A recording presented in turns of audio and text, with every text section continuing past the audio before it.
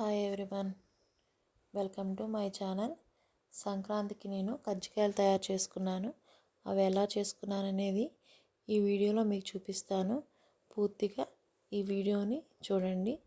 నా ఈ వీడియో కనుక నచ్చితే లైక్ చేయండి, నా ఛానల్ని సబ్స్క్రైబ్ చేసుకోండి.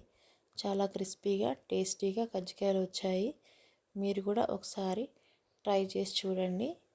కజ్జికాయలకి లోపల పిండి ముందుగా తయారు చేసుకుందాం. వాటికి కావాల్సిన పదార్థాలు: ఒక కప్పు పుట్నాలు తీసుకొని మెత్తగా మిక్సీ పట్టుకొని ఒక గిన్నెలో వేసుకోవాలి. అదే కప్పుతో ఎండు కొబ్బరి పొడిని కూడా తీసుకొని బౌల్లో వేసుకోవాలి. అదే కప్పుతో నేను 2 కప్పులు బెల్లం పొడి తీసుకున్నాను. బెల్లం పొడి ప్లేస్లో మీరు బెల్లం తీసుకోవచ్చు, బెల్లాన్ని తురుముకొని తీసుకోవచ్చు. అదే కప్పుతో 1 కప్పు బొంబాయి రవ్వ తీసుకొని కొంచెం నెయ్యి వేసుకొని వేయించుకున్నాను. కొంచెం వేగిన తర్వాత 1 గుప్పెడు నువ్వులు తీసుకొని అవి కూడా వేసుకొని వేయించుకున్నాను. బొంబాయి రవ్వ చల్లారిన తర్వాత ఆ గిన్నెలో వేసుకోవాలి. ఇక్కడ నేను 2 స్పూన్లు యాలక్కాయల పొడి తీసుకుంటున్నాను. మీకు యాలక్కాయల పొడి ఇష్టం లేకపోతే స్కిప్ చేయండి. ఇవన్నీ బాగా కలుపుకోవాలి. బాగా మిక్స్ అయ్యేంత వరకు బాగా కలుపుకొని పక్కన పెట్టేసుకోవాలి. మనం కజ్జికాయలు తయారు చేసుకోవటానికి చపాతీ పిండిని తయారు చేసుకుందాం. ఇక్కడ నేను వచ్చేసి 2 కప్పుల గోధుమ పిండి, 1 కప్పు మైదా పిండి తీసుకున్నాను.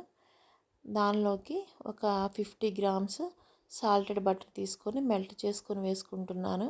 బటర్ ప్లేస్లో మీరు ఆయిల్ కూడా వేసుకోవచ్చు. వేసుకొని బాగా పిండిలో మిక్స్ చేసుకోవాలి. కొంచెం సాల్ట్ కూడా వేసుకోండి. నేను కలుపుకున్న తర్వాత కొంచెం వాటర్ వేసుకొని పిండిని మరీ మెత్తగా కాకుండా మరీ గట్టిగా కాకుండా మీడియంగా పిండిని బాగా కలుపుకొని ఒక 10 నిమిషాలు పక్కన పెట్టుకోవాలి. ఆ తర్వాత మనం కజ్జికాయ చెక్కకు సరిపోయేంత చపాతీ పిండిని తీసుకోవాలి. నేను ఇక్కడ అన్నీ ఉండలు చేసుకొని పక్కన పెట్టుకున్నాను. ఇక్కడ కజ్జికాయ చెక్కకు సరిపోయేంత చపాతీని నేను తయారు చేసుకుంటున్నాను. ఇది మరీ సన్నగా కాకుండా మరీ మందంగా కాకుండా మీడియంగా చేసుకోవాలి చపాతీని. తయారు చేసుకున్న తర్వాత మనం కజ్జికాయ చెక్కకి చివర్ల మనం పిండిని అప్లై చేసుకోవాలి. చూడండి, ఈ విధంగా పిండిని అప్లై చేసుకుంటే కజ్జికాయ అనేది మనకి ఈజీగా బయటకు వస్తుంది. చూడండి, ఇలా పిండి వేసుకున్న తర్వాత చపాతీని పెట్టుకొని మనం ముందుగా ప్రిపేర్ చేసుకున్న పిండిని ఇలా వేసుకోవాలి. నేనైతే 1 స్పూన్ పెట్టుకొని ఆ స్పూన్తో 2 స్పూన్స్ అలా వేసుకున్నాను. వేసుకున్న తర్వాత ఆ పిండి అనేది బయటికి రాకుండా చపాతీకి కొంచెం తడి చేసుకొని మనం ఇలా ఒత్తుకోవాలి. ఇలా గట్టిగా ఒత్తుకొని ఎక్స్ట్రాగా ఉన్న చపాతీ పిండిని తీసేసుకోవాలి.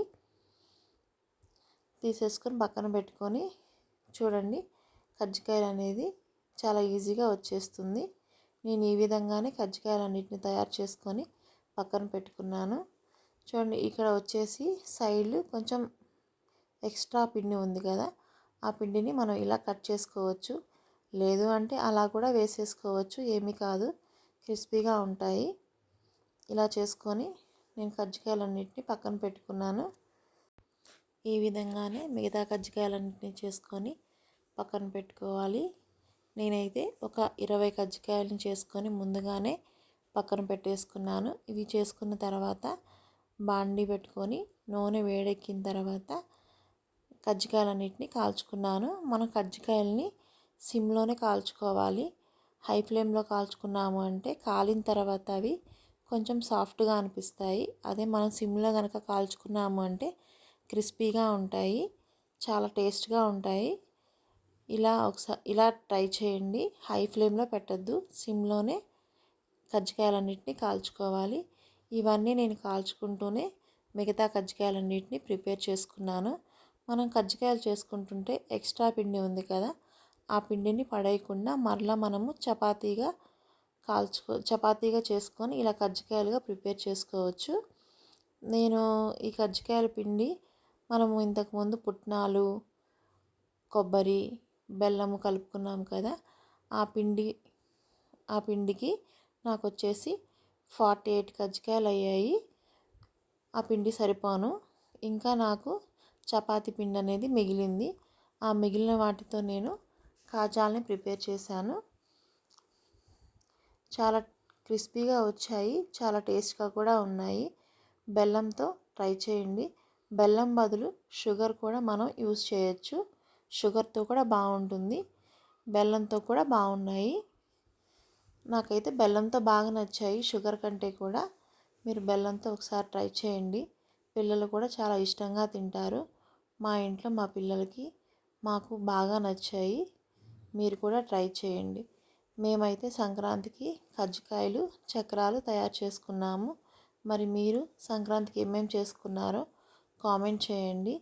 నా ఈ వీడియో కనుక నచ్చితే లైక్ చేయండి. నా ఛానల్ని సబ్స్క్రైబ్ చేసుకోండి. చాలా క్రిస్పీగా టేస్టీగా వచ్చాయి. మరి మీరు సంక్రాంతికి ఎలా సెలబ్రేట్ చేసుకున్నారో కామెంట్ చేయండి. ఎంతమంది విలేజ్కి వెళ్ళారో, ఎలా సెలబ్రేట్ చేసుకున్నారో కూడా కామెంట్ చేయండి. Thank you.